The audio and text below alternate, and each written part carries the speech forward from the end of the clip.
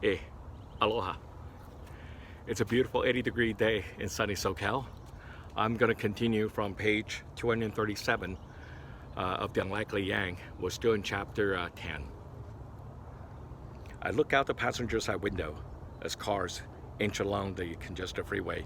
So what's your story? I asked Deanne. Well, I live with my mom and my younger sister. No, I meant your divorce story.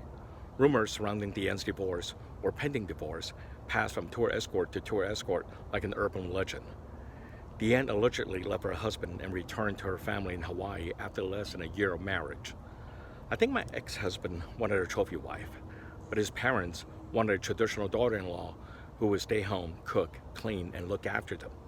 I swear I even learned to cook and clean, but my ex-husband was not the same man I met when we dated. Having grown up in Hawaii, Deanne couldn't fit in to the anachronistic Eastern culture overseas. How did you two meet? We met on a tour just a little over 3 years ago. You were vacationing together? I was naive. What? He was on assignment and I was his tour escort for a 4-day island tour. I admire tour leaders. Hawaii was the most relaxing segment on the itinerary for every tour leader, due to the fact that the island tour escort will handle all aspects of travel. During the Hawaiian portion of the overseas assignment, tour leaders were to observe, monitor, assist with sales, and collect gratuities and reward the tour escort accordingly.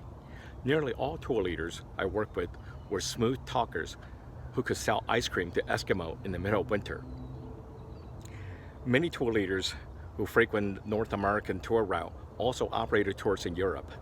I was often assigned the most demanding tour leaders who were practically on fault-finding missions. However, the same choosy travel veterans were also some of the most successful tour managers in Europe. Nonetheless, I knew the type. Stop! You found love with a tour leader who is practically an actor and a con artist? I burst out laughing. Hey, like you, I wanted to desperately get away from my family, okay?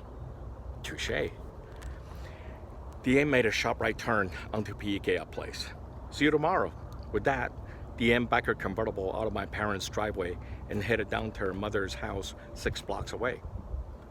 As a company partner, well known and respected by tour leaders, Deanne often had to visit tour groups after hours to collect tour fees. I would inadvertently tag along on Deanne's after-hour visits, which included the chance to enjoy sumptuous complimentary dinners at our contracted restaurants. Alcohol and cigarette consumptions were 2 crucial social elements when doing business with Asians and Europeans.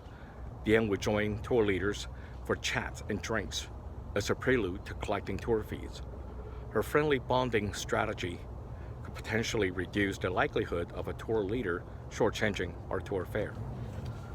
One Friday evening, after the last exhausting tour group visit, Deanne insisted that we dine at Bobby McGee restaurant by Diamond Head. Sensing my hesitation, Deanne insisted on treating. I know you don't drink, but you have to try this Mai Tai, just a little bit. Deanne ordered 2 tropical drinks that came in cups that shaped like large breasts. Wow, who can say no to a large breast? I took a big sip and liked it. I felt as if I was hanging out with a college buddy. Take My Breath Away by Berlin from the hit movie Top Gun filled the room. Oh, I love this song. Come on, let's dance.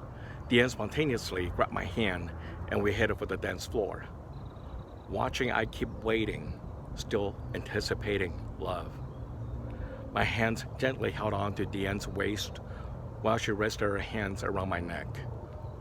Watching in slow motion as she turned to me and say, "Take my breath away."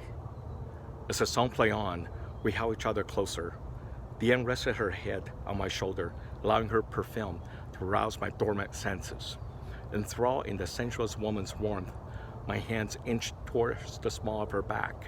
If only for today, I'm not afraid. I felt Deanne's moist lips on my neck. Her luscious kisses melted away my financial anxieties and dismantled my ego. Let's get out of here, she whispered. You drive. Deanne tossed me the key to her Mustang. Where to? I asked naively, but then I suddenly realized that it was my turn to take the lead. We drove to the famed Lover's Lane by the Diamond Head crater, and we parked amongst clumps of cars in waggling motions. I don't have condoms, I admit it. How I wish Tim and Sophie were around to remind me of these social essentials. Deanne pulled me in tight and whispered, "It's okay, I'm on the pill."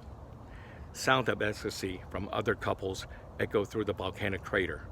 Shortly after Deanne and I reached our euphoria, a knock on the passenger side window alarmed us.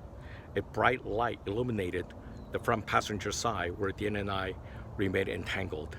For one brief moment, the police officer's flashlight, like an angel casting a net of disapproval on my conduct. What have I done? This was a woman I detested. She was one of them. Oh, what have I done? "Sir," the police officer gently tapped on the window with his departmental-issue flashlight. "It's not safe to do what you're doing here," the officer continued. "There have been several cases of assault and rape reported in this area. I suggest that you leave as soon as possible." I remained on top of Deanne, shielding her from the view of the officer. "Yes, officer, we will, thank you." "Oh my God, that was my first!" Deanne burst out laughing. "Really? What? No, silly, not that. I mean, that was the first time I ever got busted by a cop like that." The next morning on our way into work, Deanne asked me, "If you didn't know money to Dragon Hawaii Tours, would you still stay here?" "Hell no. I'd be on my way back to Denver to continue my art," I answered without hesitation.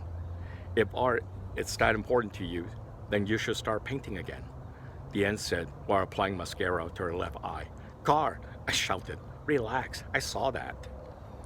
For the next few weeks, I started to draw again, with Deanne as my model, in the makeshift studio, the basement workshop of my parents' new Foster Village home. By midsummer, Deanne would spend nights with me in my parents' house. My parents thought it was inconceivable for me to date an older divorcee, especially one whose divorce was allegedly never finalized. I rebutted that it was the family's idea for me to write with Deanne to and from work, something I never wanted in the first place. Heated family arguments were still routine at the Liu household. And that's the end of chapter 10.